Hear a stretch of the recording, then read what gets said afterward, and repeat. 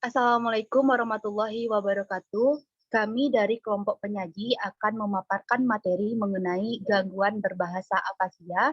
Sebelum kelompok kami memaparkan materi tersebut, saya akan memperkenalkan terlebih dahulu anggota kelompok dari grup penyaji yang terdiri dari Reza Sri Ramadhani, Zarin Agusti Ardi, Selin Oktavioza, dan saya sendiri Muftiyatul Huda selaku moderator. Pada kesempatan kali ini kami akan membahas mengenai pengertian afasia, jenis-jenis afasia, penyebab afasia, dan bagaimana cara pengobatan dari gangguan afasia tersebut. Langsung saja kita paparkan materi pertama yang akan dipaparkan oleh Reza Sri Ramadhani. Kepada Reza disilakan. Terima kasih moderator. Baik, saya akan menjelaskan mengenai definisi gangguan berbahasa afasia. Afasia merupakan salah satu gangguan kemampuan dalam berbahasa. Menurut Bartir dalam Huta Galung 2021, afasia adalah kehilangan atau gangguan interpretasi dan formulasi simbol bahasa yang disebabkan kerusakan otak yang didapat. Kerusakan itu terjadi pada bagian otak yang mengandung bahasa, yang biasanya terdapat di hemisfer cerebri kiri otak.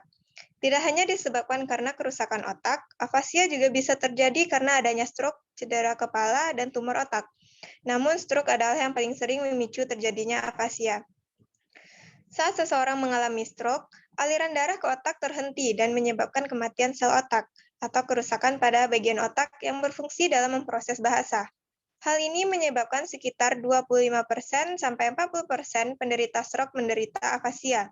Pada dasarnya, afasia bukanlah sebuah penyakit, melainkan suatu tanda klinis atau suatu gejala yang menandai adanya kerusakan pada bagian otak yang berperan dalam mengatur bahasa dan komunikasi. Dan umumnya, para penderita afasia akan mengalami gangguan dalam berbicara, membaca, berhitung, menulis, repetisi atau mengulang, dan memahami sesuatu. Selanjutnya, jenis-jenis gangguan berbahasa afasia. Klasifikasi afasia menurut Goodglass dan Kaplan dalam Kusumaputro 2013 adalah sebagai berikut. 1. Ada afasia Broca, merupakan sindrom afasia yang paling sering ditemui.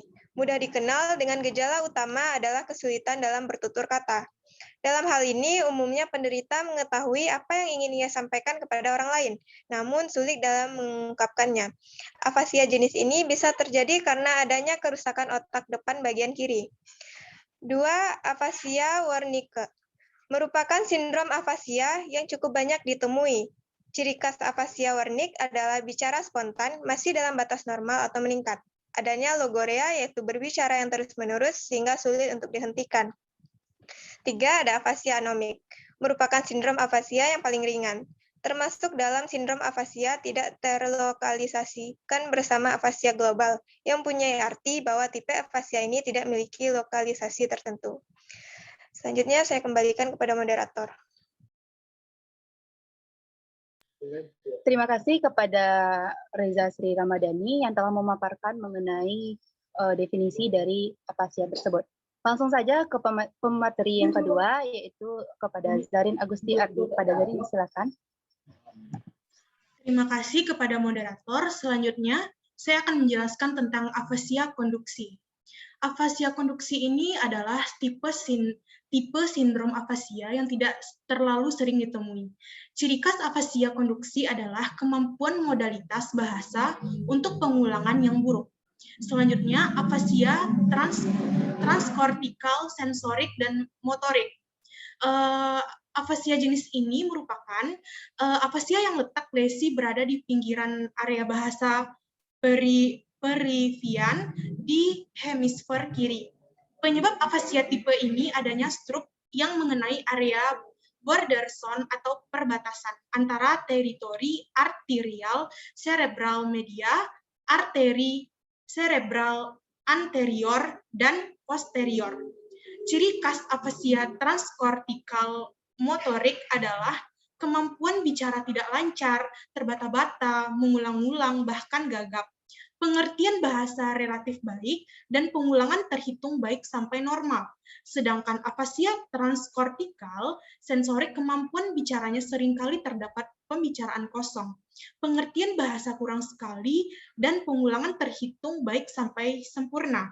Sedangkan kemampuan menamaan, membaca, dan menulis kedua afasia ini disebut dengan transkortikal, sensorik, dan motorik, memiliki karakteristik yang sama, yaitu kurang. Yaitu jenis-jenis afasia menurut Lumban-Tobing pada tahun 2011 adalah sebagai berikut. Yang pertama yaitu afasia sensoris atau Wernicke. Afasia ini terjadi ketika terdapat gangguan pada virus temporal superior. Tanda-tanda yang muncul dari afasia Wernicke ini adalah adanya ketidakmampuan dalam memahami bahasa lisan dan pasien tidak akan memahami jawaban yang benar atau salah dari pertanyaan tersebut. Pasien tidak mampu memahami tentang perkataan yang diucapkan itu benar atau salah. Selain tidak mampu memahami kata, pasien juga tidak mampu menamai sesuatu. Terganggu dalam membaca dan menulis. Repetisi atau pengulangan juga terganggu. Selanjutnya yaitu afasia motorik atau Broca. Tanda yang akan dialami adalah kesulitan menyusun pikiran dan perasaan. Berbicara lisan tidak lancar, terjeda atau terputus-putus, dan orang lain sering tidak dapat mengerti. Kalimat pembicaraan pendek dan monoton. Pasien akan sering mengucapkan kata benda dan kata kerja dan tidak menggunakan grammar. Mampu memahami dan menginterpretasi stimulus yang diberikan, namun kesulitan dalam mengekspresikan. Pasien akan susah dalam penulisan atau juga disebut dengan dysgraphia. Kemampuan mengulang dan membaca terganggu. Selanjutnya yaitu afasia global, merupakan jenis afasia yang paling berat dan kemungkinan sulit untuk pulih. Nah, tanda yang muncul adalah bicara spontan berkurang dan bersifat stereotip atau berulang dan monoton. Kemampuan komprehensif sangat terbatas, bahkan menghilang, seperti hanya mengenal nama dia saja, dan kemampuan repetisi, membaca, menulis terganggu.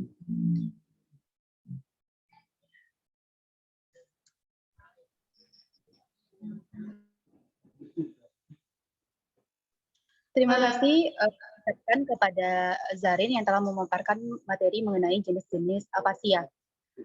Selanjutnya materi mengenai penyebab gangguan berbahasa afasia. Setelah kita mengetahui mengenai jenis-jenis dari afasia tersebut, kita bergeser kepada materi penyebab gangguan berbahasa afasia. Saya akan mencoba memaparkan materi ini. Afasia bukanlah penyakit, tetapi gejala yang menunjukkan adanya kerusakan pada bagian otak yang mengatur bahasa dan komunikasi. Salah satu penyebab paling umum dari kerusakan otak yang menyebabkan afasia adalah stroke. Ketika mengalami stroke, suplai darah yang tidak mencukupi ke otak dapat menyebabkan kematian sel-sel otak atau kerusakan pada bagian otak yang memproses bahasa. Sekitar 25-40% penderita stroke akan menderita afasia. Kerusakan otak akibat cedera kepala, tumor otak, atau esenfasilitis juga dapat menyebabkan afasia. Dalam kasus ini, afasia biasanya disertai dengan penyakit lain seperti gangguan memori dan gangguan kesadaran. Selain itu, afasia juga dapat disebabkan oleh penyakit yang menyebabkan penurunan fungsi sel otak seperti demensia dan penyakit Parkinson. Dalam hal ini, afasia akan berkembang secara bertahap seiring perkembangan penyakit. Slide selanjutnya.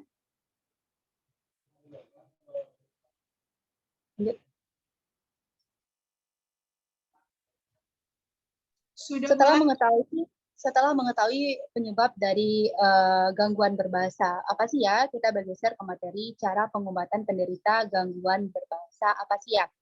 Yang pertama, afasia ringan. Apa sih yang disebut dengan afasia ringan? Afasia ringan diatasi tanpa dengan pengobatan.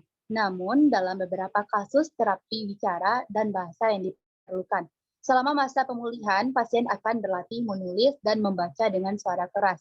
Ahli terapi bicara menggunakan ada banyak perangkat lunak yang dapat digunakan untuk meningkatkan keterampilan mendengarkan, membaca, mengingat, dan berbicara. Selanjutnya, gambar benda sehari-hari dapat membantu meningkatkan kosakata pasien dan hal ini juga membantu meningkatkan kemampuan mengingat kata-kata. Selanjutnya, notebook digunakan untuk melatih kemampuan literasi pasien. Dan yang selanjutnya, papan gambar dapat menunjukkan kegiatan sehari-hari. Lanjut.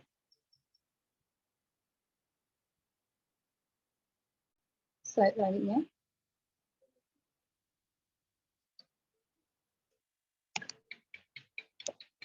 Setelah mengetahui mengenai afasia ringan, selanjutnya kita mengenai afasia berat. Penderita afasia dengan kerusakan otak parah berkemungkinan tidak akan dapat mengembalikan kemampuan berbahasa mereka sepenuhnya. Dalam hal ini, perawatan akan berfokus pada membantu mereka mempelajari cara-cara baru untuk berkomunikasi. Ini dapat mencakup penggunaan gambar, bahasa tubuh, dan dukungan visual lainnya. Saat ini tidak ada obat khusus yang tersedia untuk mengobati afasia. Namun, beberapa obat dapat diminum untuk membuat efek pengobatan lebih baik. Obat ini dirancang untuk mengaktifkan neurotransmitter dan meningkatkan aliran darah ke otak untuk pasien stroke. Ada juga obat yang bisa membantu pemulihan otak. Materi selanjutnya yang akan dipaparkan oleh Selin Octavia. Pada Selin, silakan. Terima kasih kepada moderator. Baiklah, selanjutnya yaitu beberapa terapi yang harus dilakukan oleh penderita afasia. Yang pertama yaitu Constraint Induced Therapy atau CIT. Terapi ini merupakan terapi fisik untuk pasien lumpuh, di mana pasien dipaksa untuk menggunakan sisi tubuh yang sakit karena sisi yang sehat telah dibatasi. Saat menerapkan prinsip ini pada fungsi komunikasi, pasien dengan afasia mungkin dapat dibatasi dalam menggunakan isyarat lengkap untuk memandu individu dalam menggunakan gangguan bahasa lisan.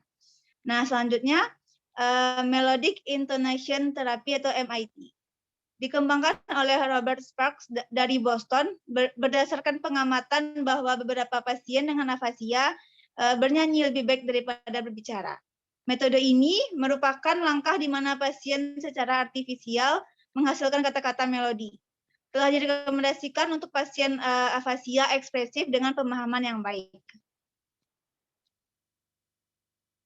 Selanjutnya yaitu terapi PES atau Promoting Aphasic Communicative Effectiveness. Program ini merupakan perubahan kecil dari dasar menggambar menamakan, yang menyesuaikan dan memperkenalkan elemen dialog dalam interaksi. Penyesuaian ini meliputi pasien afasia dan terapis bergiliran menyampaikan informasi. Gambaran dengan informasi tersembunyi dari audiens dan kebebasan memilih cara penyampaian informasi. Dikembangkan oleh James Wilcox dan Albin Davis di Memphis. Sangat populer di Eropa, di mana sebagian besar peneliti telah dilakukan. Yang selanjutnya yaitu ada conversational talking. Strategi yang dikembangkan oleh Audrey Holland dari Arizona untuk meningkatkan kepercayaan diri melalui latihan dialog yang terorganisir. Dengan bantuan Leora Cernay dari Chicago, metode ini diintegrasikan ke dalam program komputer disebut Aphasia Scripts. Selanjutnya. Nah, yang selanjutnya yang terakhir yaitu supported conversation. Diprakarsai oleh Aura Kagan dari Toronto, Kanada. Terapi jenis ini merupakan strategi khusus untuk meningkatkan komunikasi kepercayaan yang biasa terlihat dalam kelompok masyarakat. Relawan memulai untuk melakukan percakapan dengan penderita afasia.